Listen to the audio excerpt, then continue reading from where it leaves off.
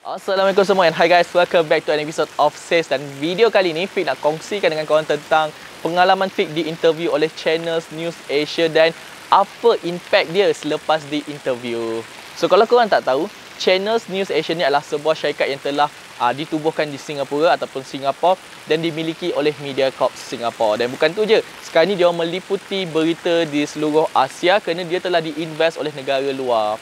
So apa yang berlaku semasa musim PKP hari itu, Feeq telah diinterview oleh salah seorang wartawan daripada Channel NewsAsia di atas talian ataupun dia senang kata phone call lah. So Channel NewsAsia punya wartawan call Feeq dan kita buat sedikit interview. Antara topik yang kami sentuh basically tentang macam mana Covid-19 affect my business. Adakah government punya bantuan membantu dari segi financial dan sebagainya. So secara jujur kalau korang tengok dekat berita tu, Feeq boleh katakan mungkin the way how I talk to them lebih kepada macam bahasa pasar, bahasa biasa. Tapi the way how they put on the paper, secara tulisan, ianya nampak bombastic, ia nampak macam wow tau. Selepas di interview, selepas news to come out on the internet, Feeq dapat beberapa call and some even from Singapore, they said that face the same difficult in the business, ada yang terpaksa tutup kedai juga. Dan selepas news to come out juga, rupanya ada beberapa fotografer yang contact Feeq, dia cakap diorang pun terpaksa tutup diorang punya bisnes, diorang terpaksa tutup dia punya studio kerana PKP. So macam Feeq sendiri semasa PKP tu, 2 hari sebelum MCO di-announce, kalau korang tengok video sebelum ni, Feeq ada bagi tahu yang studio Feeq telah dipecah masuk dan kami dah kehilangan semua equipment. So it's really affect us. So katakan jika kecurian ataupun pecah masuk tak berlaku, insya-Allah walaupun ada MCO, kami boleh bertahan for the next like 4 to 5 months. Tapi disebabkan dengan kamera tak ada, equipment tak ada, so kami dah tak ada punca pendapatan selain menyewakan studio. So the best movement yang kita orang decide untuk buat adalah kami terpaksa tutup HQ dan kami terpaksa kurangkan tenaga pekerja. Bagi Feeq, at a certain point when it comes to the positive side, it's good that we close our HQ. Kami terpaksa tutup HQ kami kerana kami dapat kurangkan overhead.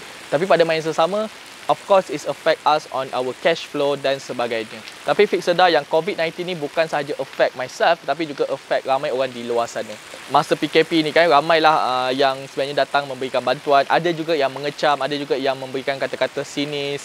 Itulah dia kata kenapa nak kena ada banyak studio dan sebagainya. For me, it's a normal when it comes to business, you know. Something yang you tak boleh nak control macam virus, Covid-19, benda-benda disaster, the natural disaster, you tak boleh nak control all these things. Tapi it's really important that you prepare for yourself. And the most important thing that you look at the positive side, then be realistic. For me, whatever happened for the past few months is really good actually. Bila Feeq tengok daripada positive side, we can a bit slow down, we kata, hey, chill.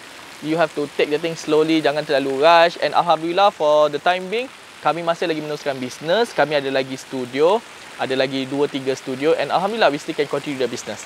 So itu ialah pengalaman Feeq di-interview oleh Channel NewsAsia di atas talian, and it's really interesting, especially bila di-interview oleh company besar, dan to see the impact after that. Paling interesting adalah orang yang Feeq tak pernah kenal ataupun tak kenal pun diorang, senang kata, contact Feeq daripada social media, Facebook, IG, ada yang call daripada Singapore. Dia cakap, you know, they face the same thing, and to be honest, it's really interesting how to see the positive side of the business circle. So kalau korang rasa video ni bermanfaat ataupun korang rasa korang dapat learn 1 or 2 things from this video, bantu Feeq untuk comment atau share ataupun like. And jangan lupa tekan butang subscribe dan tekan butang loceng. And hopefully to see you guys again on the next video. Bye!